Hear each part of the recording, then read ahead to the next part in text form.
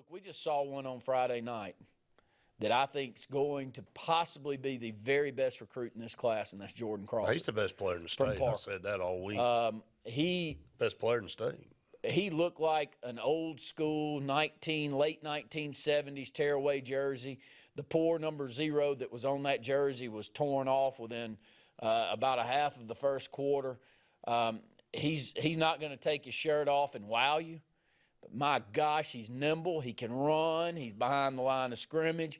He plays with how they missed that one. How's he not a 5-star? I mean, that's to me the biggest travesty of all.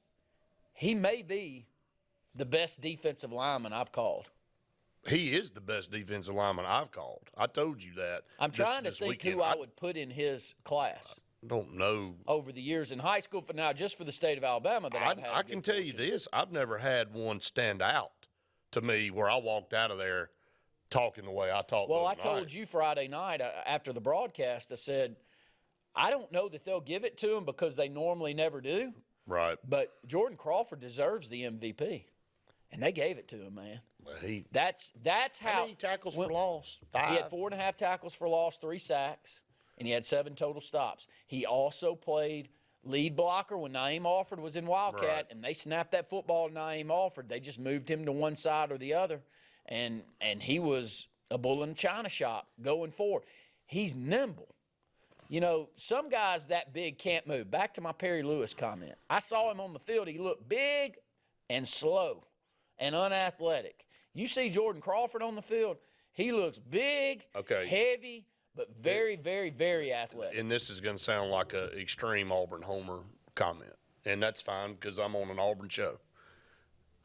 I'm not sure Naeem Alford was the best player on this team. And Naeem Alford, and it was the number 1 player in the state in this class, and everybody wanted him. I'm not discrediting any of that. But if what would I rather have at Auburn right now? Amen on this comment. A defensive lineman that can play the way that guy plays versus a skilled guy like Naeem Alford. Look, we got some good corners and good safeties back there, and we're blessed. Now, if it were bare bones back there, I'd go, man. If we didn't have Anquan Fagans and Eric Winters and others committed, then I would agree. I would say, yeah, probably that was a bad miss for us. But for my money, Jourdin Crawford, not getting out of this state, getting across that, he looks like an Alabama defensive lineman. And the ones that have played under Nick Saban. And we get him out of this, and he's been overshadowed by so many players, man. I mean, he's been talked about, Randy. We've talked about him some, but not near to the level of even an Antonio Coleman at Saraland. Well, I haven't had the good fortune of watching him. You know, I'm just saying in conversations in other chat rooms and stuff. Yeah, but I don't go off of what I hear in a chat room.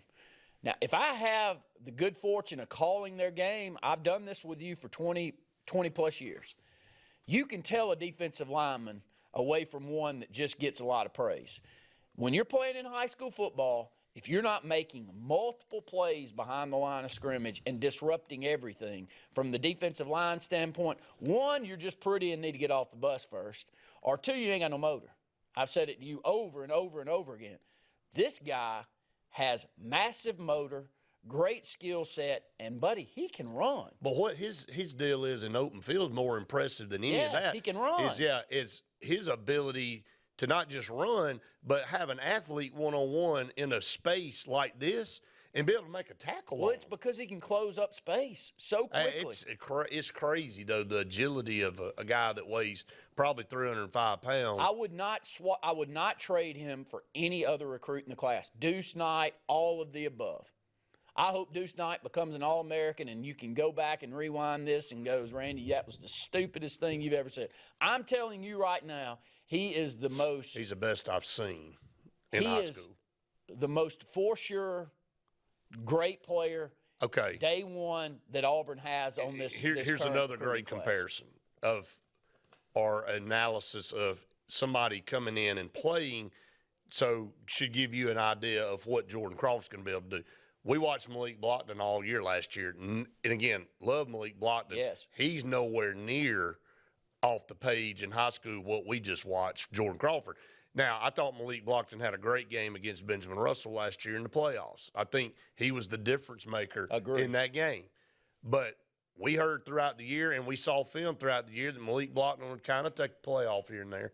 Man, I didn't see this guy take any plays off, and he was double-teamed, and he still got through the double teams. He still got in the backfield. He disrupted. You know, it reminded me, and I kept saying Nick Fairley, it reminded me of Nick Fairley in the national championship game.